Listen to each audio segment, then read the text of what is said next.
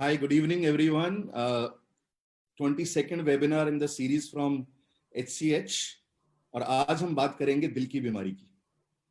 I think last 2 decades heart diseases और उनके treatment में जितना एवोल्यूशन और रेवोल्यूशन आया है, इमरजेंसी में सबसे ज्यादा पेशेंट्स जो आते थे वो हार्ट डिजीज के आते थे. मैंने खुद जब एज ए डॉक्टर काम कर रहा था, जब फोर्टिस में था, पता नहीं कितने कितने सेमिनार सिर्फ इसी अवेयरनेस पे करे कि क्या सिम्टम्स होते हैं हार्ट अटैक के, और वो सिम्टम्स होते ही आपको हॉस्पिटल जाना चाहिए. बट कोविड ने, एज एवरीबडी सेज, इस डिजीज को भी नहीं छेड़ा.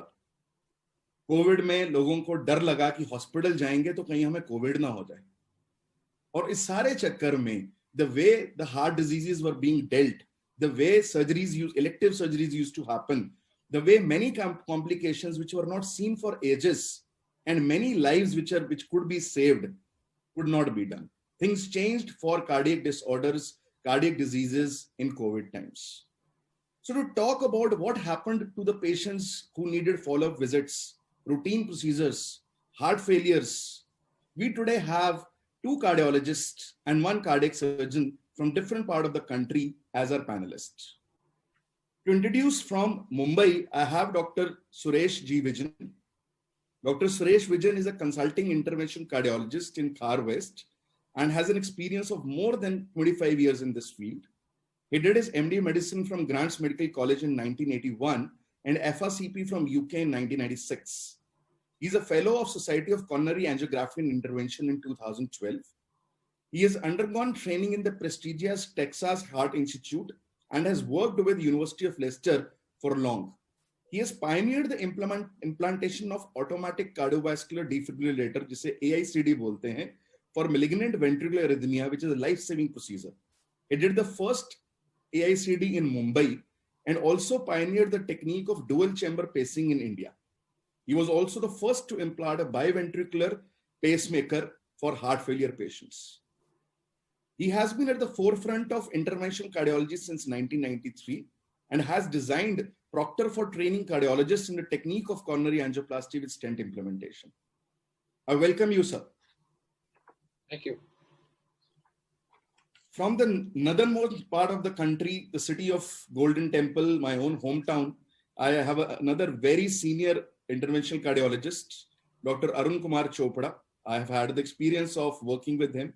He has been around with more than 27 years of experience, and his interest is in interventional cardiology and electrophysiology. He's a specialist in performing complex coronary and peripheral angioplasties and stentings, pacemakers, ICD implantation, and other non-coronary interventions like balloon valvuloplasty and coil embolization of bleeding blood vessels. He's a graduate and a postgraduate of Government Medical College Patiala and did his cardiology DM from the most prestigious All India Institute of Medical Sciences, Delhi.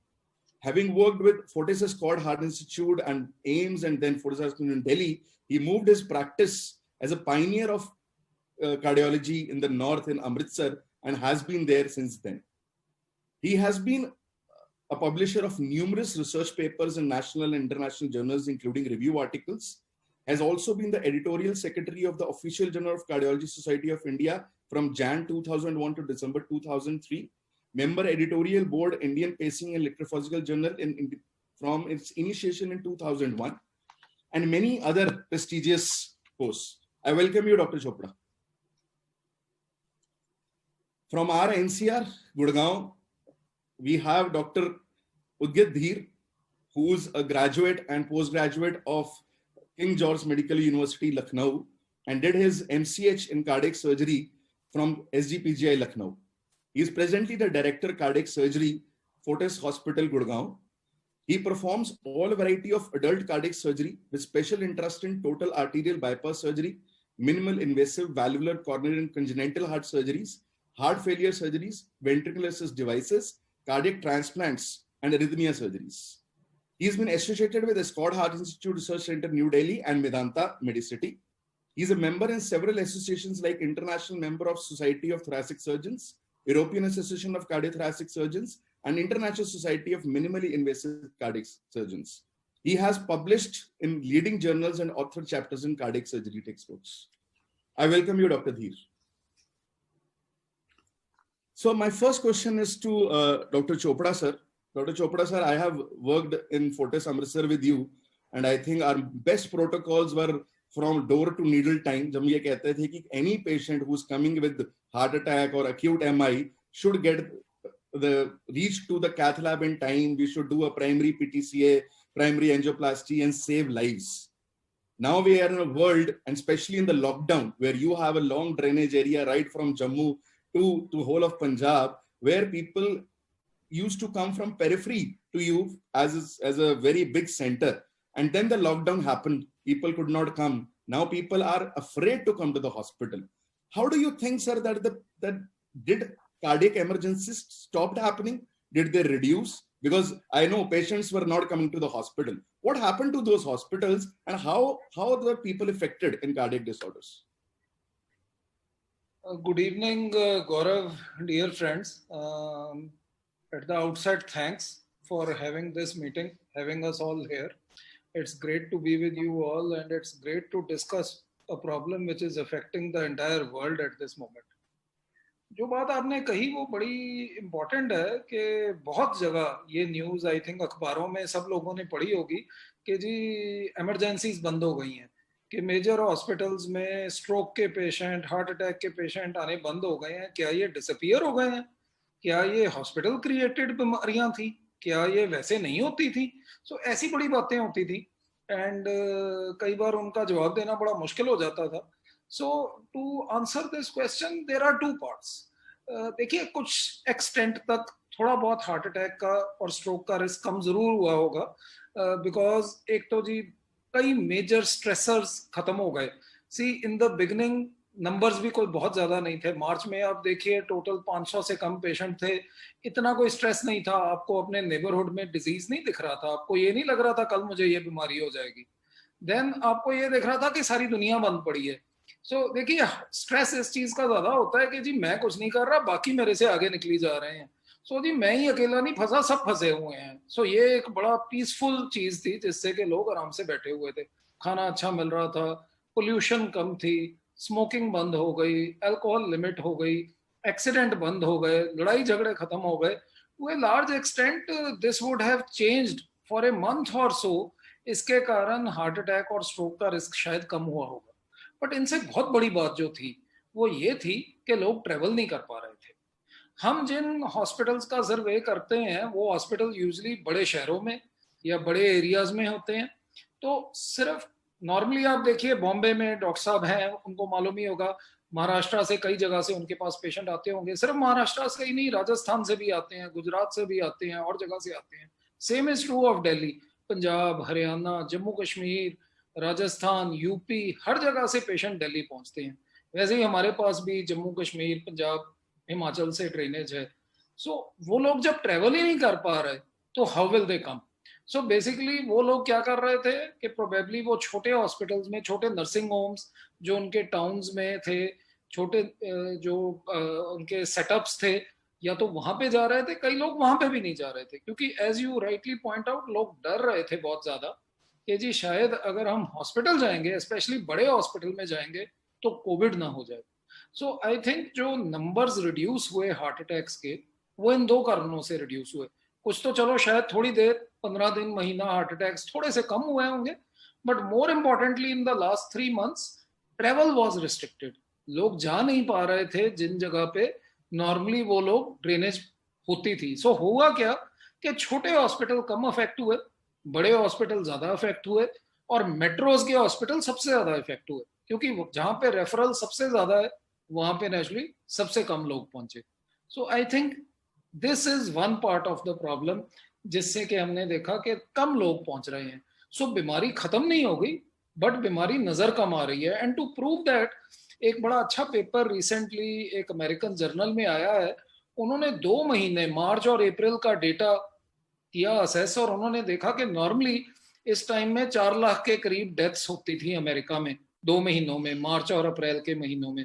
उन्होंने देखा कि 5 लाख के करीब deaths हुई इन 2 महीनों में USA में. USA उस वक्त पीक पे जा रहा था. तो 87,000 एक्सेस डेथ्स हुई यूएसए में 2 महीनों के अंदर, जिनमें से कि सिर्फ 56,000 were explained by covid. Official figure was 2/3 is covid. So actually deaths उससे भी ज्यादा हुई, विच मीन्स के प्रोबेबली पूरी डेथ्स वो भी कैप्चर नहीं कर पाए.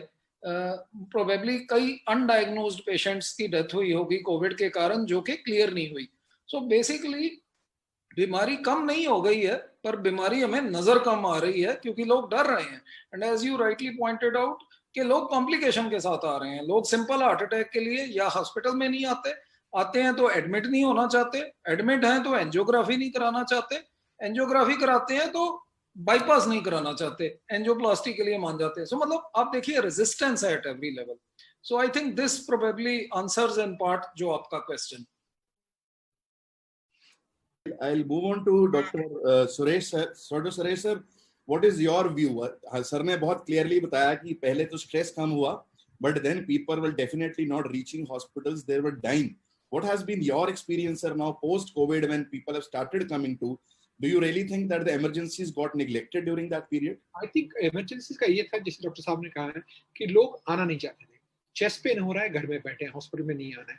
हम अभी क्या देख रहे हैं, कॉम्प्लिकेशंस ऑफ हार्ट अटैक जो हम लोग लास्ट 10 साल से बड़े कम हो गए थे, अब उसका स्पॉट बढ़ना चाहिए. यानी कि पेशेंट को हार्ट अटैक हुआ है, घर पे बैठा रहा है, कुछ ट्रीटमेंट नहीं हुई, अब आ रहा है क्योंकि तकलीफ बढ़ गई है और हार्ट में होल हो गया, which is called VSD, which is a life threatening complication. Same thing, heart का पंपिंग बहुत वीक हो गया है, या हार्ट सूज गया है, एन्यूरिज्म हो गया जिसको कहते हैं, वो ये कॉम्प्लिकेशन के भी पेशेंट ज्यादा आ रहे हैं. And you can trace it directly कि तकलीफ हुई, घर में हुई, किसी वजह से whatever be the reason, आए नहीं, आ नहीं पाए वगैरह, और एक बार वो आ गया तो ये कॉम्प्लिकेशन लेके अभी आ रही. तो अभी मेरा ये असेसमेंट है कि अभी हम at least for the next month और 2 ये कॉम्प्लिकेशन ज्यादा देखेंगे.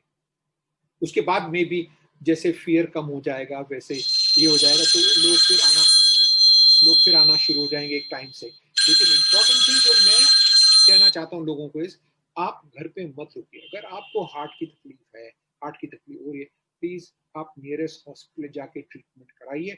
भले उसका थ्रोम्बोलाइसिस करना पड़े, दवाई दे के ट्रीट करना, एंजियोग्राफी नहीं करनी, पामी नहीं करना पड़ेगा, लेकिन उसकी ट्रीटमेंट जरूर कराए. Because time is muscle. अगर आप आपके हार्ट के मसल को बचा सकते हो, वो सबसे इंपॉर्टेंट चीज आपके लिए for both short and long term survival. अगर आपका हार्ट मसल इरिवर्सिबली डैमेज हो गया तो दवाइयां will buy some time, but long term आपकी आयु कम होने वाली. तो मेरी ये विनंती सबको होगी कि आप don't get scared. Most major hospitals are well prepared. हमारे यहाँ at least Lilavati, we have a segregated unit where if you have covid you are taken by a different path. COVID और non-COVID mixture पेशेंट में कोई mixture नहीं होता at all at any given stage. So hospitals are geared up for safety. ये नहीं कि आप hospital आए, जैसे पेशेंट आज मेरे को कह रहा था, नहीं मैं आपको ओपीडी में हॉस्पिटल में नहीं करूँगा, मैं आपके क्लिनिक में आना चाहूँ. मतलब क्या फर्क पड़ने वाला है? नहीं हॉस्पिटल में आएंगे तो कोविड हो जाए. This is fear, nothing else. और वो हम यही मैं कहूँगा सबको, I am sure it applies to all hospitals all over India, कि हॉस्पिटल्स जो कोविड के पेशेंट ले रहे हैं, they are geared up for safety of both the patients and patient staff and our staff. तो उसके लिए we are very clear कि आप आइए, आपको कोई ज्यादा रिस्क नहीं है. रिस्क ज्यादा है अगर आप घर पे बैठे रहोगे और हार्ट को डैमेज कर लोगे, वो रिस्क आपके लिए बहुत ज्यादा है, और फिर उसके बाद फिर रिग्रेट करते बैठेंगे, मैंने कुछ किया नहीं.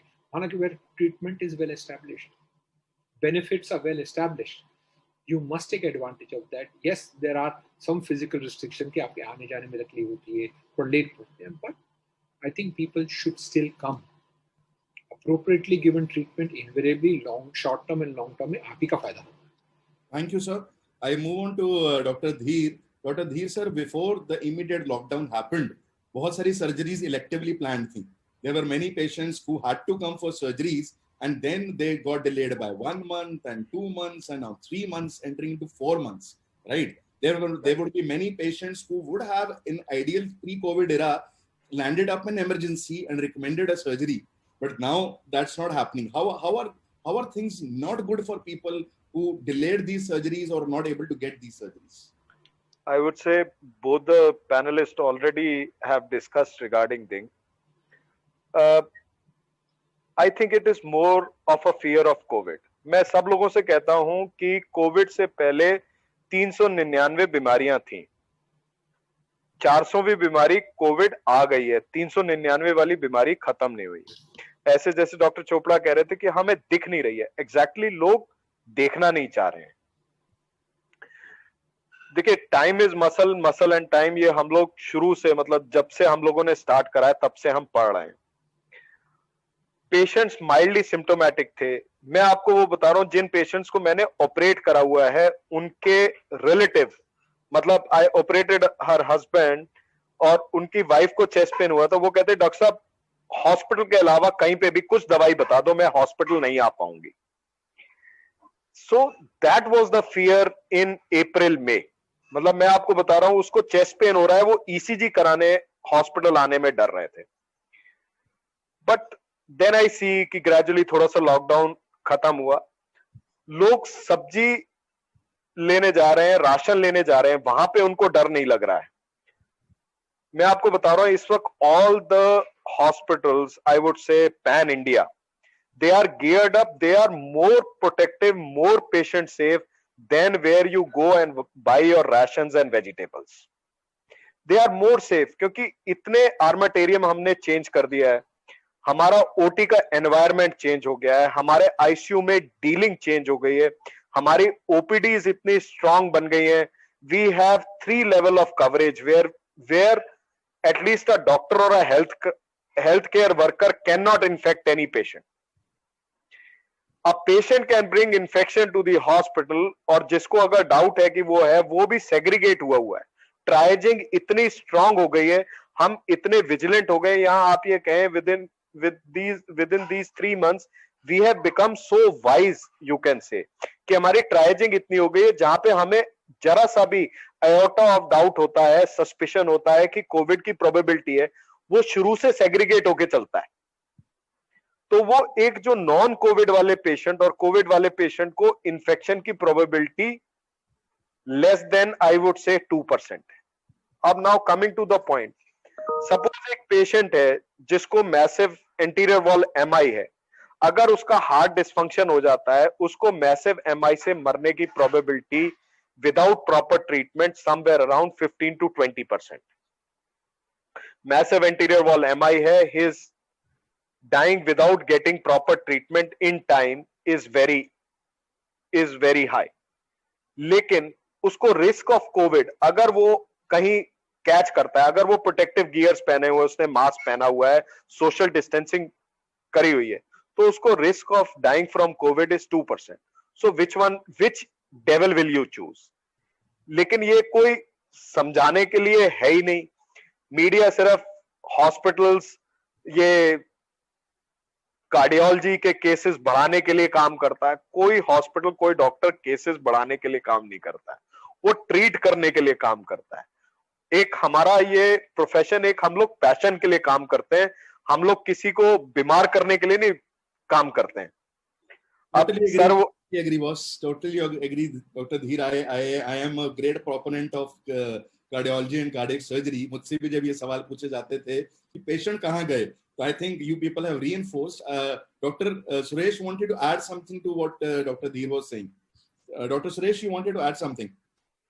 You're on mute, sir. You're on mute. Yeah, I'm on now.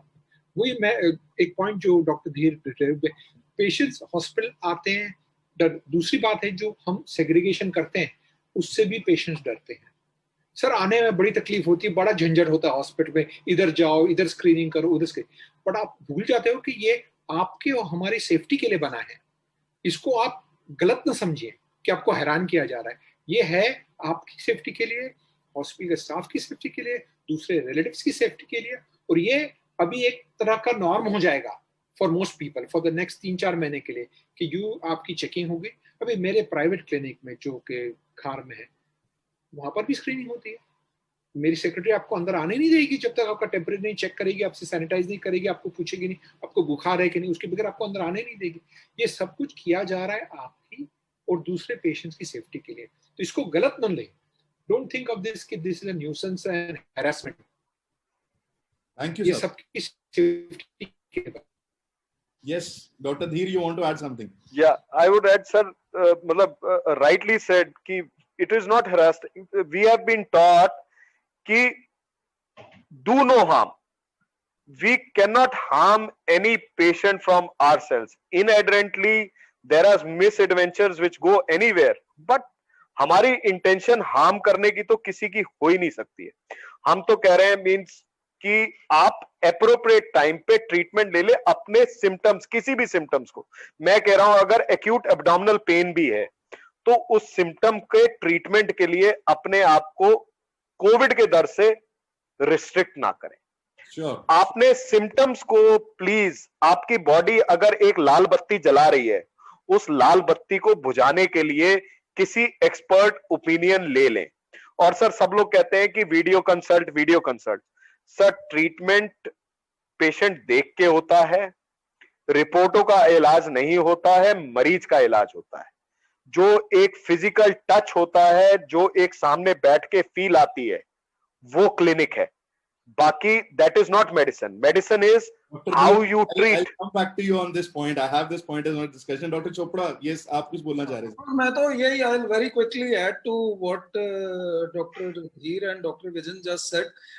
एक तो यही पार्ट के देखिए, जो मैंने आपको बताया ना कि जो 35% deaths unaccounted for हैं by COVID and are extra compared to previous years in United States. They just show कि these are people जो पहले अगर हॉस्पिटल आ जाते थे तो शायद इनमें से कई सारे लोग बच जाते, but these are people who are now dying extra.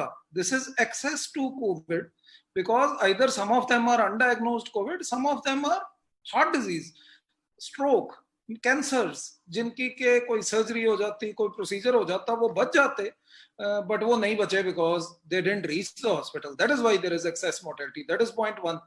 The other point was, I think, very important, जो पैशन की बात की डॉक्टर धीर ने. सी मैं इनफैक्ट ये ले पब्लिक को ये बड़ी गलतफहमी है कि उनको लगता है कि डॉक्टर पैसे के लिए काम करते हैं. लेट मी टेल यू, इससे 1/4 काम करके इससे कई गुना ज्यादा पैसा कमाया जा सकता है. And I am sure all of you who have businesses will understand this.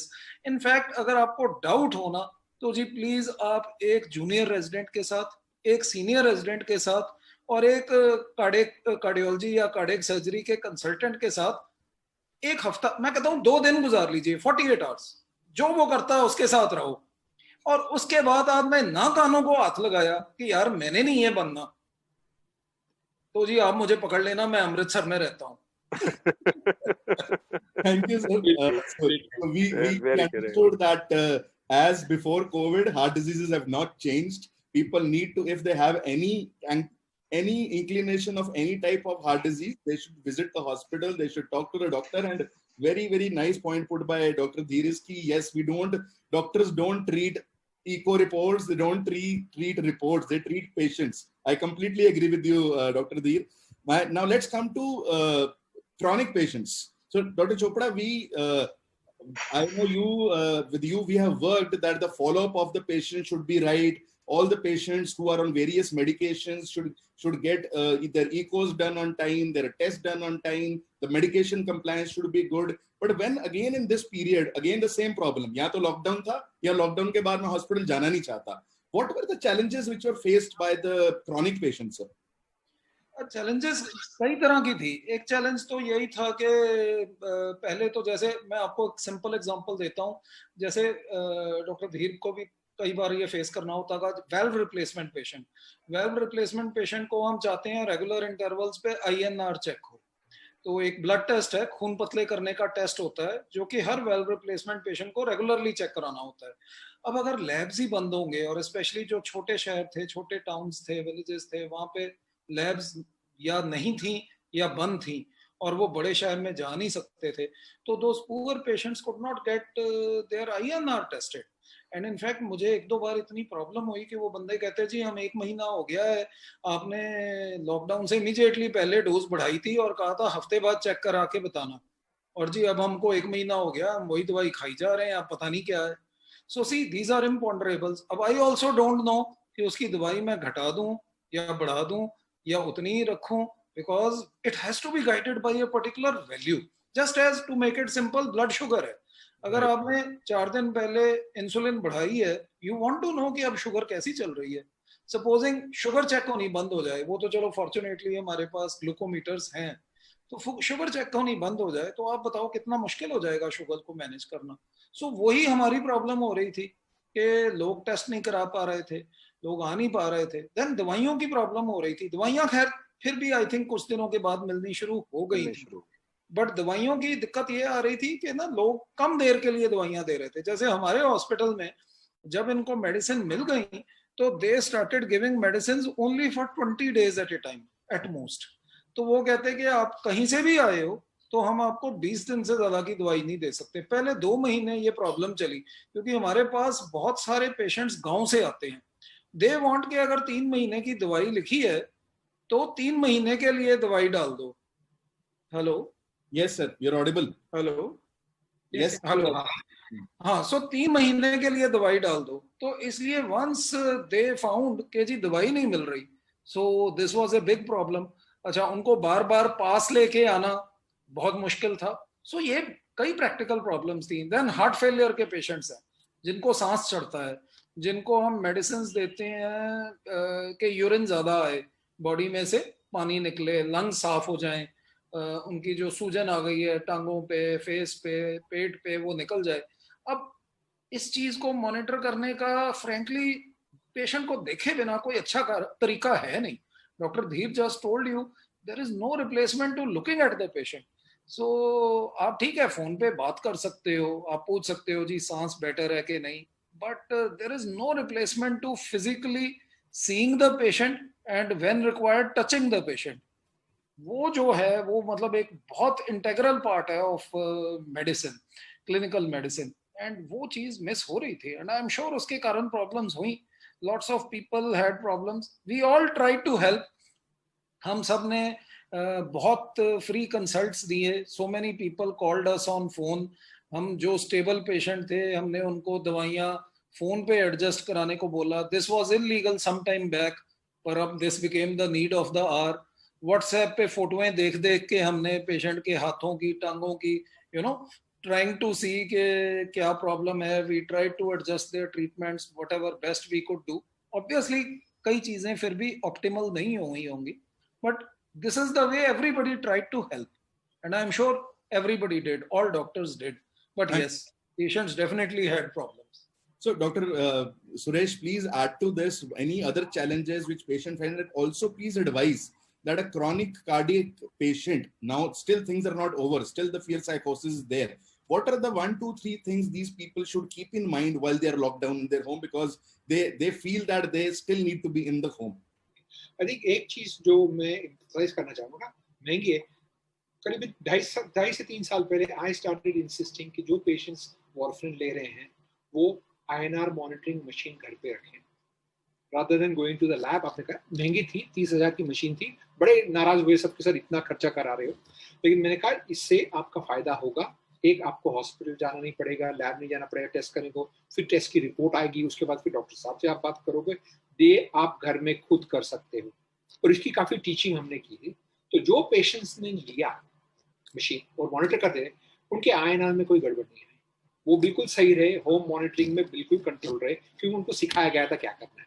लेकिन जिन्होंने नहीं लिए उनको तो दिक्कत आई।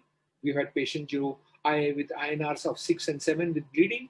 There are 2 patients right now at Lilavati जो ब्रेन में ब्लीड कर गए because of the INR was very high. तो ये जो इश्यूज आई हैं हमारे पास, इसका इलाज है कि रेगुलर एंड कंसिस्टेंट मॉनिटरिंग। अभी आई कैन अंडरस्टैंड कि आपको मशीन नहीं लेनी, लेकिन what is the cost? Cost is a huge bleed in the brain, and now you're in a hospital and your bills are going to run into lakhs, और outcome की कोई guarantee नहीं। अब इसको आप अगर अपने ध्यान में रखें तो then the machine, the test is very very cheap, इसलिए लेना जरूरी। जैसे शुगर की मशीन है, मशीन आर चीप, सो लोग ले रहे हैं, मॉनिटर करें, अब समझते हैं। The same thing applies to INR, the same thing applies to heart failure. Doctor Chopra ने हार्ट फेलियर के बारे में बात की, हम और आगे बारे में चर्चा करेंगे। हार्ट फेलियर में सेम थिंग, हमने 3 साल पहले हार्ट फेलियर क्लिनिक चालू किया था लीलावती, और हर एक पेशेंट को सिखाया था कि घर पे उन्होंने क्या मॉनिटर करना है, वजन रोज लेना है, उसको चार्ट में लगाना है, क्या दवाई का डोज लिया जा रहा है, कैसे किया जा रहा है, क्या टेस्ट करने हैं। ये जब इनको सिखाया जाता है और जो सीख लेते हैं, उनके मैनेजमेंट में प्रॉब्लम नहीं आती, वो बिल्कुल सही रहते हैं। बिकॉज दे नो क्या हो रहा है, मतलब वजन मेरा 2 किलो बढ़ गया, पानी भर गया, एक्स्ट्रा डोज लासिस का, ये सब सिखाया जाता है। तो ये सब चीजें ऑटोमेटिकली आ जाती है। ये पेशेंट्स को हम रिमोट मॉनिटरिंग से सीख सकते हैं, ऑनलाइन मॉनिटरिंग से सीख सकते हैं। वीडियो कंसल्टेशन इनका कर सकते हैं। अगर पेशेंट बोल रहा है कि मेरे पैर सूज हैं, उसको तो देखना ही पड़ेगा, वी हैव नो चॉइस। जब तक उसको देखेंगे ना, हाउ डू वी असेस क्या हो रहा है। तो क्लियरली ये जो इश्यूज हैं कि जहां जहां हम सेल्फ मॉनिटरिंग करा सकते हैं या होम मॉनिटरिंग करा सकते हैं, करना चाहिए। और इसकी अर्जेंट नीड है कि ये अभी सब जगह जाए और लोग यूज करना शुरू करें। तो बेसिकली ये सब उनके ही हक की है। Their care will be better whether they do it या उनके केयर गिवर्स दे करते हैं या घर वाले करते हैं या somebody else does it, इससे इनकी तबीयत ठीक रहेगी and hospital visits will become automatically less. So I'll continue with you only, Dr. Suresh. Fear of COVID again, and ये एक बड़ी common understanding है that CAD, CVA, stroke, diabetes, hypertension, they are at higher risk of complications, right? So ये लोग precautions भी ज़्यादा लेते हैं। So आपके हिसाब से सर, जो patients chronic cardiac patients हैं, उनको अपनी health को कैसे manage करना चाहिए when at home when they can't visit their doctor? And we are saying that the triaging has to happen कि वो डॉक्टर के पास जब जरूरत है तब जरूर जाएं, right? And any special precautions they need to take to prevent COVID? दो चीजें हैं, एक है हार्ट डिजीज जिनको कोविड का डर है या कोविड होती है, दूसरा है Covid causing further heart problems. ये दो अलग अलग चीजें हैं जिसको समझ जाए। कई पेशेंट्स आते हैं बोलते हैं सर इनको तो हार्ट की बीमारी थी और आप कहते भी हार्ट में प्रॉब्लम हो गया, वो कोविड की वजह से हुआ है। जिनको ऑलरेडी हार्ट डिजीज है, हमारे पॉपुलेशन में 50% are diabetic. Diabetics are prone to heart disease. Diabetics do very poorly with COVID. They run into more problems. Kidney failure होता है, brain में problem होता है, heart में issues आती हैं। और जिनको angina है, which is partially treated. Main thing is not to stop your tablets which you are taking. Because क्या होता है, मिल नहीं रही, अच्छा ठीक है 3-4 दिन के बाद मिलेंगे। Plan so that you don't run out of your tablets. Because खास करके antiplatelet drugs जो आपको दिए जाते हैं, जो कि क्लॉटिंग आपके आर्टरीज में होती है, उससे रुकने के लिए, वो अगर बंद हो जाए and you land up with covid, it causes more thrombosis. So stable patient जो होता है becomes unstable because of covid, because clots start developing in his arteries and that causes another heart attack. So that become different. As far as prevention of getting covid, जो सरकार कह रही है इतने time से, मास्क पहनिए, social distances रखिए, अपने हाथ साफ रखिए, सैनिटाइज कर। मैं आज भी देखता हूँ पेशेंट्स आते हैं, क्लिनिक में आ रहे हैं, ग्लव्स पहने हैं, तो मेरा ये ग्लव कभी से पहने? हाँ जी सुबह से पहने हैं जी, बिल्कुल बिल्कुल ध्यान से। वो सुबह से पहना हुआ ग्लव क्या करने वाला है आपको? उस पर सब गंद लग चुकी है। ग्लव्स पहन रहे हैं तो उसको निकाल के आए तो उसको सैनिटाइज करके दीजिए या हाथ सैनिटाइज के।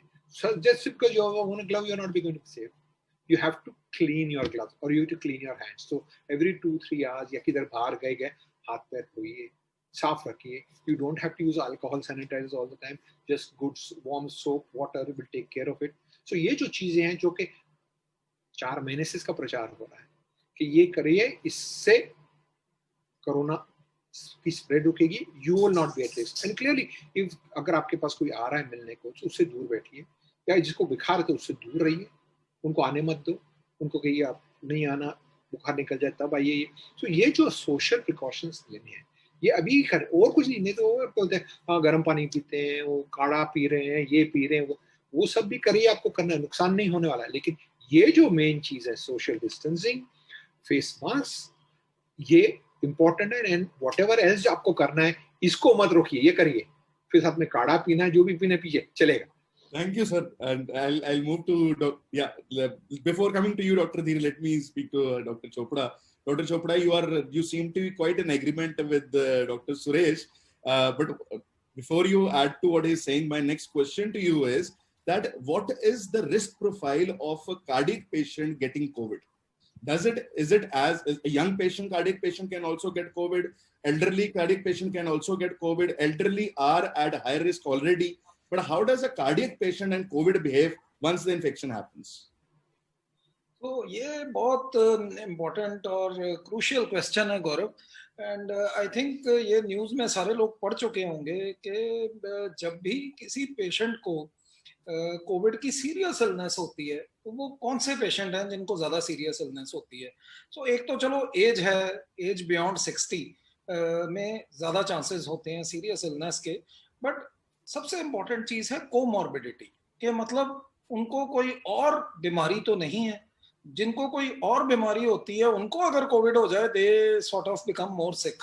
तो उनमें जो बहुत इंपॉर्टेंट बीमारी हम रोज डील करते हैं वो है high blood pressure, diabetes and heart disease, जो हार्ट अटैक की बीमारी है। एंड हाई ब्लड प्रेशर और डायबिटीज से वी नो कि जो risk of mortality of covid है that goes up 2 to 3 times।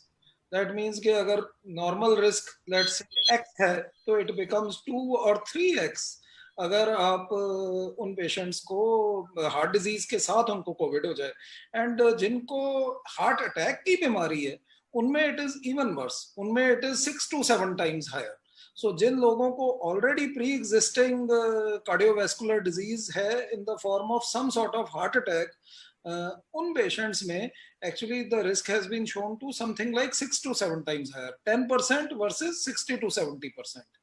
तो इसलिए अगर पेशेंट को already pre existing heart disease या हाई ब्लड प्रेशर या डायबिटीज या इवन ओबेसिटी है, जो एक्सेस मोटापा, एक तो ओवरवेट होता है ना जी, एक ओबेसिटी है जिसकी कॉमन डेफिनेशन है BMI मोर देन 30, और भी कई डेफिनेशंस हैं इंडिया के लिए, कुछ मॉडिफिकेशंस भी हैं, बट जनरली जो patient visibly more than 10-12 kg overweight है, ये सारे पेशेंट्स वो पेशेंट्स हैं जिनको के अगर कोविड हो जाए तो इनकी मोर्टेलिटी रिस्क ज्यादा है। So what we find is के यंगर पेशेंट्स एंड जिन लोगों को ओल्डर पेशेंट्स जिनको कि ये बीमारियां नहीं हैं they recover faster and with lesser complications. जिनको ये बीमारियां हैं they get more complications and their mortality rate is also higher. So they need to be handled more carefully.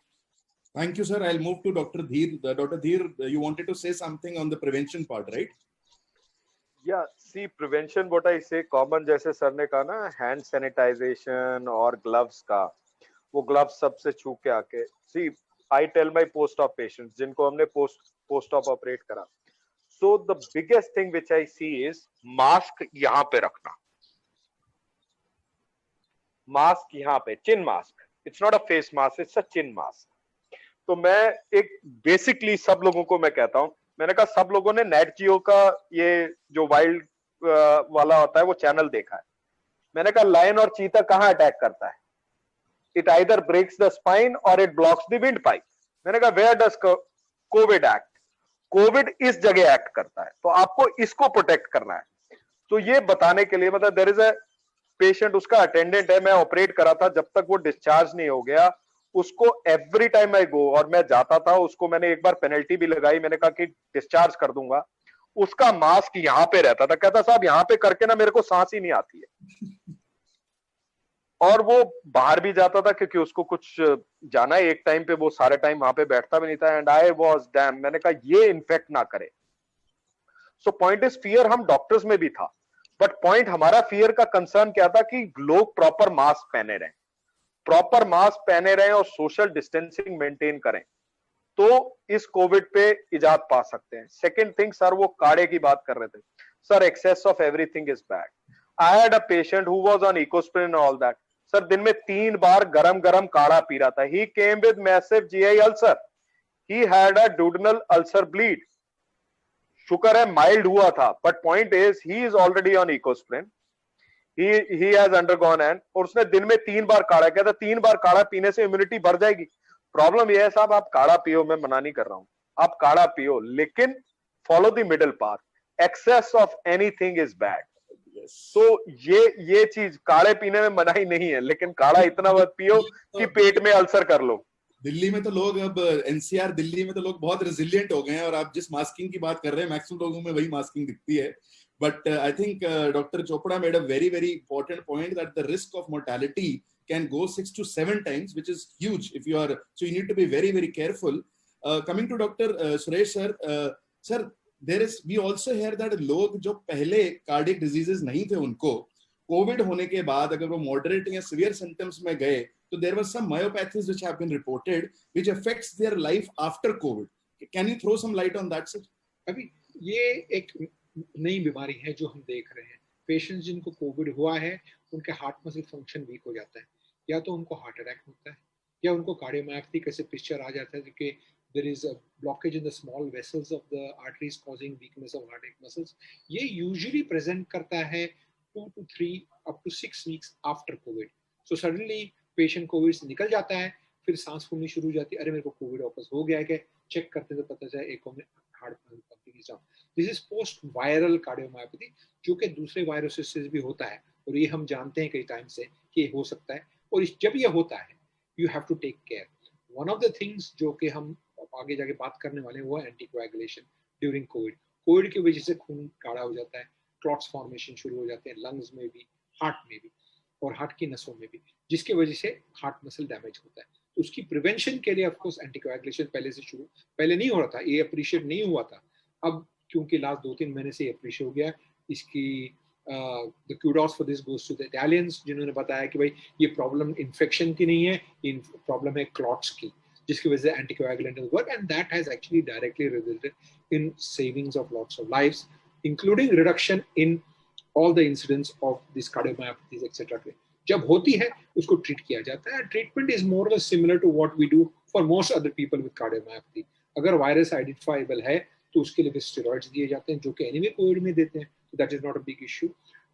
And other drugs such as ACE inhibitors, ARBs, ARNIs, ये सब चीजें देनी है वो हम देते हैं। बीटा ब्लॉकर्स दिया जाता है जिससे कि heart muscle function can be optimise. Very few actually go on to a protracted progressive reduction in heart muscle function. By and large, अभी the बीमारी is only been around for 4 or 5 months, so we can't really make any prediction of एक साल के बाद क्या होगा, ये तो वक्त ही बताएगा। लेकिन अगर ये हम डिटेक्ट करते हैं कि हार्ट मसल फंक्शन डाउन हुआ है और अक्यूट स्टेज में अगर ट्रोपोनिन बढ़ गया है, तो अग्रेसिवली वहाँ पर ट्रीटमेंट शुरू करनी चाहिए। और एक बार वो शुरू हो जाती है तो दैट विल कंटिन्यू। अभी हम उसको 6 महीने चालू रखें, साल चालू रखें, हम नहीं कह सकते, नोबडी नोस। तो ये पीरियडिकली रिव्यू किया जाएगा और उसके बाद ही हमें पता चलेगा कि क्या हो रहा है और क्या नहीं हो रहा। Thank you, sir. And I move to Dr. Dheer. So Dr. Dheer, when this started, COVID started, तो pictures आती थी चाइना से जहाँ पे PPE में लोग रोबोट्स की तरह दिखते थे, and we thought कि पता नहीं वहाँ पे ऐसा क्या हो रहा है कि जो हमें तो होगा नहीं, but finally it came to us. And my first exposure to a cardiac surgery was also something very complex. Lot of people with mask and everything, with microscopes, doing a cardiac surgery.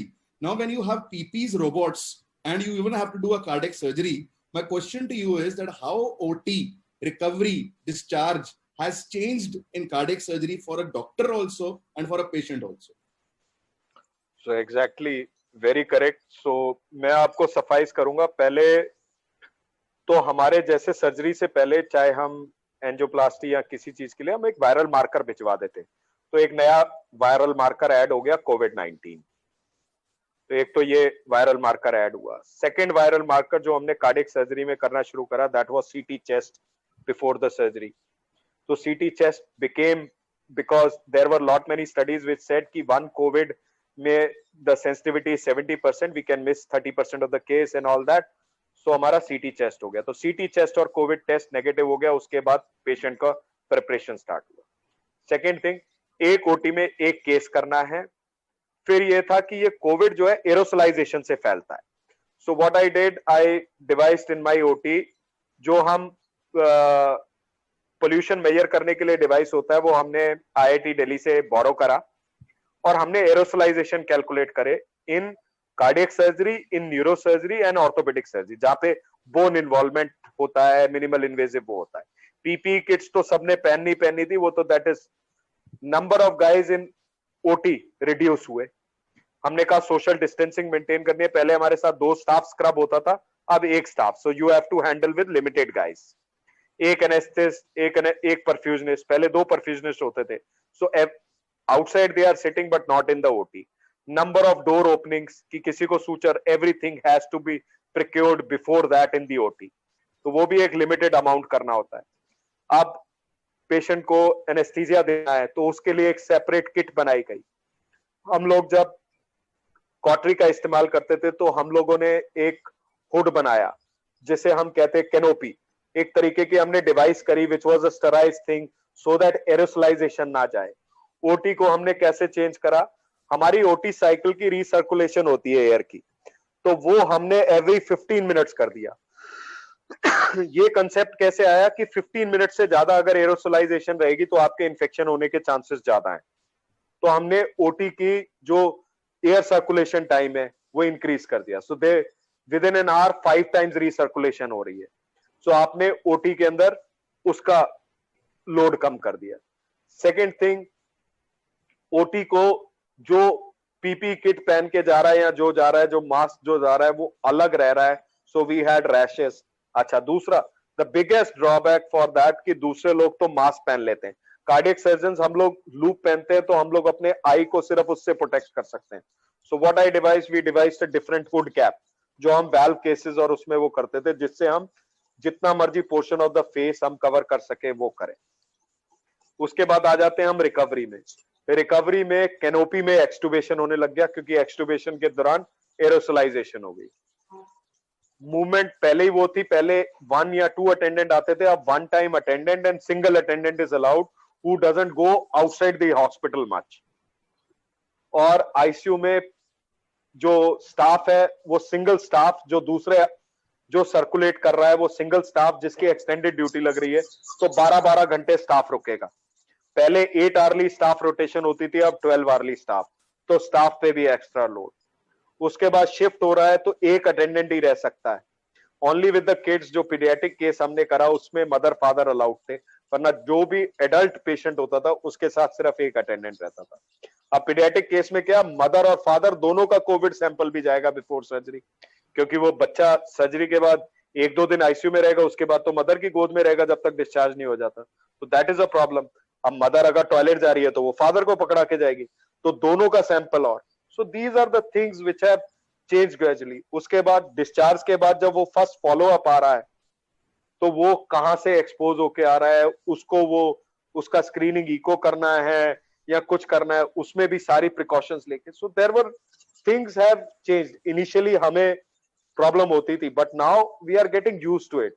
It has become a new normal for us कि ये तो पहनना है, उसने double mask पहन के आना है, कोई N95 के बिना. अब जीडीए अगर क्लीन करने आ रहा है, अब हमारा यूरो बैग पड़ा है, मैं सिंपल सी चीज बता रहा हूं, अब वो यूरो बैग को खाली करना है, तो वो जीडीए ही कहीं इन्फेक्शन ना ले जाए. हम लोग तो इतने स्केप्टिकल होते हैं, तो उसको डबल मास्क, तो वो जो टीम लीडर है आईसीयू का, उसने ये इंश्योर करना है कि जो एबीजी का सैंपल लेके जा रहा है, जो एबीजी आईसीयू में मशीन है, उसको प्रॉपरली थो करे, और जो क्लीन करने आ रहा है वो डबल मास्क पहन के आया है कि नहीं, उसको कोई सिम्टम्स तो नहीं है.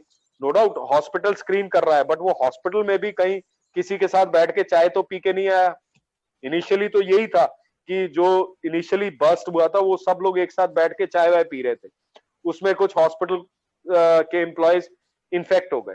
तो ये सब देखते हुए हमने स्ट्रिंजेंट, हमारी इन्फेक्शन कंट्रोल कमेटी है हमारे हॉस्पिटल में, I am the incharge for that, उसमें हमने स्क्रीनिंग 3-3 की टीम्स बना रखी है, ये देखते हुए कि कहीं लोग सोशल डिस्टेंसिंग मेंटेन कर रहे हैं, कहीं ऑफ गार्ड तो नहीं हो रहे, उनको पता चल रहा है. तो थिंग्स हैव चेंज्ड. मतलब हम दिन की जो 2-2, 3-3 सर्जरी करते थे, अब हम एक ओटी में एक ही सर्जरी कर पा रहे हैं. क्यों? क्योंकि हमें इतने प्रोटोकॉल्स फॉलो करने हैं और उसको वो जस्टिफाई करने के लिए सब चीज करना पड़ रहा है. So things have changed a lot. पहले हम फिजियोथेरेपिस्ट को घर पे भेज देते थे कि साहब घर से आप थर्ड डे सैंपल ले आओ. अब वो भेजने में भी पेशेंट भी स्केप्टिकल है और हमें भी डाउट है कि वो प्रॉपर सोशल डिस्टेंसिंग मेंटेन करते, कहीं सिम्टोमेटिक तो नहीं है. तो things are changing, but the world has changed, right? And kudos to you and your team, sir, with so much of difficulties you are managing this new normal. Just to inform everybody, we are in the last 10 minutes of the panel and we have already reached more than 2,500 people and with more than 1,500 views, and at any given point of time we had 100 people watching us live. So that has been the stats. My question to Dr. Chopra now, sir. Sir, you have been very, very tech savvy from the days I know you. And now technology has been used in a very big way where HCH is now managing for Delhi government, for government of Karnataka. We are managing people on home isolation totally through remote monitoring. This is the first time when home healthcare moved from a physical present to a digital present, which we now call a phygital. My question to you is, sir, that do you see that chronic cardiac diseases will also move towards remote monitoring? Dr. Suresh said that there is a triaging which is required. You can't replace the physical, but will the chronic heart failures or rhythm disturbances, like in this case, in this era, we got a lot of requests for home ECGs. As somebody mentioned, people didn't want to come to the hospital. So do you think that the acceptance of home care pre and post and remote monitoring would be something which will take much more precedence in the post-COVID era? Absolutely, Gaurav, I agree with you. See, this, if you remember years ago, when you first joined healthcare at home, when it was, a new venture, nobody had heard of it. You told us कि UK-based company है, मैं join कर रहा हूँ. Before that, you were DMS in our hospital, and we were thinking किसी दिन MS बनोगे. But you were wiser than us, and you decided कि मैं बाहर निकलता हूँ and I'll go for something bigger. But see ये तो आई थिंक आज से पहले ये चीज हमें पता थी, वी अप्रिशिएटेड दिस. शायद पेशेंट पहले इतना नहीं अप्रिशिएट करते होंगे. हम हमेशा ही सोचते थे कि बहुत सारी चीजें हैं जो कि हॉस्पिटल में आके हो सकती हैं, और बहुत सी चीजें हैं जिसके लिए कि हॉस्पिटल आना जरूरी नहीं है. मेरे खुद के मदर 4 साल वो रहे हमारे पास, हेल्थ केयर एट होम से स्टाफ रहा, बिकॉज मेरे mother was disabled due to various reasons, not heart disease, orthopaedic problems. But हमने 2 नर्सेज 24 आवर कवर 4 साल के लिए रखा, and Gaurav was very helpful all throughout that period, and I can't thank him enough for this. But last year we lost her. But see, right to daily care, जो कि छोटी चीजें होती हैं, सिंपल चीजें होती हैं, जो कि चलो शायद एक नॉन नर्स भी कर ले, but up to high level of care, जैसे कि उनको जब इन्फेक्शन होती थी तो उनकी सेंट्रल लाइन मेंटेन करना, उनको आईवी एंटीबायोटिक्स देना, उनकी मॉनिटरिंग करके डॉक्टर को रिपोर्ट देना. In all that, this was extremely useful. So आज की डेट में when people are scared to go to hospitals, when expense is a problem, everybody is, I think, financially tight, if not everybody, almost everybody. तो आज के दिन में आपको of course एक initial evaluation के लिए तो देखिए हॉस्पिटल जाना ही पड़ेगा, उसका तो कोई ऑल्टरनेटिव नहीं है. And I don't think it is right कि हम किसी भी पेशेंट को बिना देखे घर बैठे एडवाइस कर दें. बट एक बार आप देख चुके हो, आपका क्लियर डायग्नोसिस बन चुका है, आपकी एक मैनेजमेंट स्ट्रेटजी बन चुकी है, तो जो क्रॉनिक कार्डियक पेशेंट्स हैं, या क्रॉनिक न्यूरोलॉजिकल पेशेंट्स हैं, या क्रॉनिक ऑर्थोपेडिक पेशेंट्स हैं, उन पेशेंट्स के लिए हेल्थ केयर एट होम जैसी facility is very useful. Because आप नर्सेज भेज सकते हो, आप डेली केयर में हेल्प कर सकते हो, आप कोई ऐसे इंजेक्शंस देनी है, मॉनिटरिंग करनी है, ब्लड प्रेशर चेक है, शुगर चेक है, वाइटल्स हैं, वो कर सकते हैं. आप डॉक्टर्स के लिए कॉम्प्रिहेंसिव रिपोर्ट बना सकते हैं जिसमें कि डॉक्टर को हफ्ते के हफ्ते लेटर से अपडेट मिल जाए कि पेशेंट की पिछले हफ्ते में क्या कंडीशन रही है, वाइटल्स कैसे रहे हैं, and he can monitor his therapy. Then एक सेकंड चीज जो बड़ी इंपॉर्टेंट थी कि अगर आप चेकअप चाहते हो, I think you have that system also in some places, not in Punjab, but in some places where you have doctors जो कि पेशेंट के घर जाके देख के they can talk to the treating consultant. I think that is another very promising thing, जिसमें कि आप अगर जैसे मैं पेशेंट को ऑस्कल्टेट करके कोई चीज देखनी चाहता हूं पर मैं नहीं जा सकता आपके घर, पर आप भेज रहे हो किसी को और वो मुझे वो चीजें बता दे जो मुझे चाहिए, and if your doctor is well trained and competent, तो I can trust him. And मतलब आप लगाओ ऑलमोस्ट 2/3 या 3/4 of hospital visits could be avoided, could be managed at home. कई सारी चीजें तो जैसे डॉक्टर विजन बता रहे थे हम पेशेंट को ही समझा सकते हैं, जैसे डेली वेट मेजर करना, पर कई सारी चीजें हैं जिसमें कोई ट्रेन्ड मेडिकल स्टाफ चाहिए, and I am sure healthcare at home would be very useful for that. Means self-monitoring point of care devices, physical intervention, and having a triaging mechanism when to come to the hospital. I think this is going to be the new normal. As Dr. Fred said, if you have a INR monitoring machine, or for example, now there are so many devices which are available, wearables which are available, which give you maybe sugars and your weights and your NYHA grading, आपकी breathlessness. In fact, I think this has been superbly managed in all the mild patients at home, where the only point of escalating is the saturation, and what you need is a saturation probe. The whole training by the nurse on the phone how to handle a saturation probe I think that is where the acceptance and things are moving. My last question to Dr. Dheer sir, ये normal कब होगा? When will you start getting all your pre-COVID cardiac patients back, surgeries? I'm not a politician. I'm a doctor. I'm not a journalist. I'm a doctor. I'm asking a doctor. See, this is a pandemic. You have to realize it. It's a pandemic. It will take its own course. The virulence of the virus is going down. I'm not an epidemiologist, so I can comment कब तक. But virulence, जो पहले symptoms आ रहे थे, अब जो patients आ रहे हैं, उनके symptomatic जो infect हो रहे हैं, अगर हम proper mask पहनते हुए और social distancing maintain करते रहेंगे, by that time the vaccine will come. So I expect normalcy in next 6 weeks to 3 months. And I am very hopeful in that. But the point is, we have to never let our guards off for next 6 months. Guards means proper masking, social distancing, following the regular norms, in which certain habits which we have to discard as of now. One is, I would say, smoking. Another is some tobacco chewing.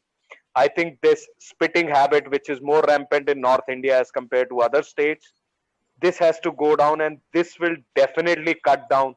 I would say corona ने कुछ नई चीजें सिखाई हैं, वो है cleanliness. हमारा हाथ धोना, हमारा टच करना, ये भी सिखाया है. हमें थोड़ा सा वाइज भी बनाया. आई वुड से कि हम लोग जो बिना मास्क के जो एक दूसरे से बात करके वो सब, नो डाउट टच का एक मेरे को सबसे बुरा लगता है कि जो एक फील आती थी, हम एक सर्जन्स एज अ सर्जन्स और अ क्लिनिशियंस जो हम फील लेते थे पेशेंट की, वो चली गई है. फिर भी हम पैर छूते हैं आज भी पेशेंट के कि पैर गर्म है कार्डियक आउटपुट देखने के लिए. That is fine, still we are doing. But उससे पहले और उसके बाद हैंड वॉश करके देखते हैं. पहले भी करते थे, अब भी वो कर रहे हैं. But I would say it will take another 6 weeks to 3 months to be normal, and complete 6 months back to normal. Thank you. And final comments from Dr. Suresh sir before this is the last minute of the webinar. Okay. I mean, just वही कह रहा हूँ जो doctor धीर कह रहे थे, doctor कि जो सोशल डिस्टेंसिंग का मैसेज है, जो मास्क सही तरह से पहन के घूमना है, ये अगर चीजें हम करते रहें, then this epidemic is going to go down very fast. We are already seeing in areas जहाँ पर ये हुआ है, numbers have fallen, numbers coming to hospitals have dropped, discharges from hospitals have improved, except for certain groups who are at high risk, elderly, patients who are diabetic, patients who are hypertensive. इनको extra ध्यान रखना. जो आपके घर में आपके बुजुर्ग हैं, तो उनको संभालिए, उनसे दूर रहिए, उनसे सोशल डिस्टेंस रहिए, वो बीमार ना पड़े. लोग जब बीमार पड़ते हैं वो काफी सीरियसली हो जाए. ये अगर हम करें, then the end of this epidemic is not too far. It will happen. It's only a matter of time. लेकिन ये जो डॉक्टर धीर ने कहा, तो we have to still be vigilant. And I think ये जो face masking है, जो social will continue for at least 6 months for us to be sure कि ये वापस नहीं आना. Thank you, sir. Thank you so much, all the panelists. Thank you for your wonderful advice, pearls of wisdom, and your time. Getting 2 cardiologists and cardiac surgeons for 1 hour is a very big thing for me, right? And you have already reached more than 3,000 plus people, and this number will go on multiplying as the day goes. Our best of the webinars we have had this number, and it moves to almost 30,000 people in the next 2 years. So thank you. Thank you.